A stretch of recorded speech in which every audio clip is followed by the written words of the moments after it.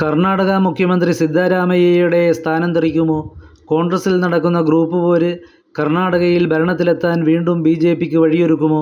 ലോക്സഭാ തെരഞ്ഞെടുപ്പിന് പിന്നാലെ കർണാടക കോൺഗ്രസിലെ ഗ്രൂപ്പ് പോര് മറനീക്കി പുറത്തു വന്നിരിക്കുന്ന സാഹചര്യത്തിലാണ് ഈ ചോദ്യമുയരുന്നത്.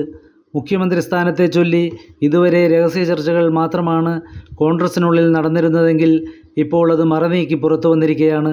കർണാടക മുഖ്യമന്ത്രി സിദ്ധരാമയ്യയെ മാറ്റി ഉപമുഖ്യമന്ത്രി ഡി.കെ. ശിവകുമാറിനെ മുഖ്യമന്ത്രിയാക്കണമെന്ന ആവശ്യവുമായി ചിലർ പരസ്യമായി തന്നെ രംഗത്തെത്തിയിരിക്കുകയാണ്. ചന്നഗിരിയിൽ നിന്നുള്ള കോൺഗ്രസ് എം.എൽ.എ. വി. ശിവഗംഗയാണ് ഇത് സംബന്ധിച്ച് ആദ്യ വെടിപൊട്ടിച്ചത്. മുമ്പ് ഭരണം കിട്ടിയപ്പോൾ സിദ്ധരാമയ്യ മുഖ്യമന്ത്രിയായിരുന്നു. ഇത്തവണയും 1.5 വർഷമായി മുഖ്യമന്ത്രിയായി തുടരുന്നു. ഇനി ശിവകുമാർ മുഖ്യമന്ത്രിയായി ഭരണം മാറട്ടെ എന്നും ശിവഗംഗ പരസ്യമായി ആവശ്യമുന്നയിച്ചിരിക്കുകയാണ്.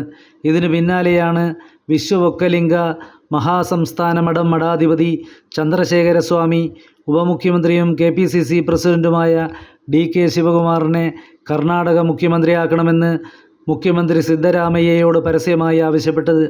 സിദ്ധരാമയ്യയും ഡി.കെ. ശിവകുമാറുമടക്കം ഒരേ വേദിയിലിരിക്കുമ്പോഴായിരുന്നു മഠാധിപതിയുടെ ആവശ്യം. കഴിഞ്ഞ വ്യാഴാഴ്ച ബംഗളൂരുവിൽ നടന്ന കെമ്പഗൗഡയുടെ 515ാമത് ജന്മദിനാഘോഷ ചടങ്ങിലാണ് മഠാധിപതി ഈ ആവശ്യമുന്നയിച്ചത്.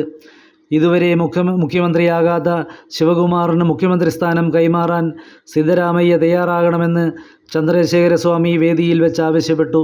ശിവകുമാറിന് പുറമെ കർണാടകയിൽ 3 മുഖ്യമന്ത്രിമാരെ കൂടി നിയമിച്ച് ശിവകുമാറിൻ്റെ അധികാരം കുറക്കാൻ നീക്കം നടക്കുന്നതിനിടെയായിരുന്നു ഒക്കലിംഗ മഠാധിപതിയുടെ ആവശ്യം. മുഖ്യമന്ത്രി സ്ഥാനം ഒഴിഞ്ഞുകൊടുക്കാൻ സിദ്ധരാമയ്യ ഒരുക്കമല്ലെന്നാണ് ലഭിക്കുന്ന സൂചനകൾ. ഈ വിഷയത്തിൽ ഹൈക്കമാൻഡ് എന്ത് നിലപാട് സ്വീകരിക്കുമെന്നതാണ് പ്രധാനം. ഇതൊരു പൊട്ടിത്തെറിയിലേക്ക് നീങ്ങിയാൽ ബി.ജെ.പിക്ക് അതൊരു സുവർണാവസരമാകും.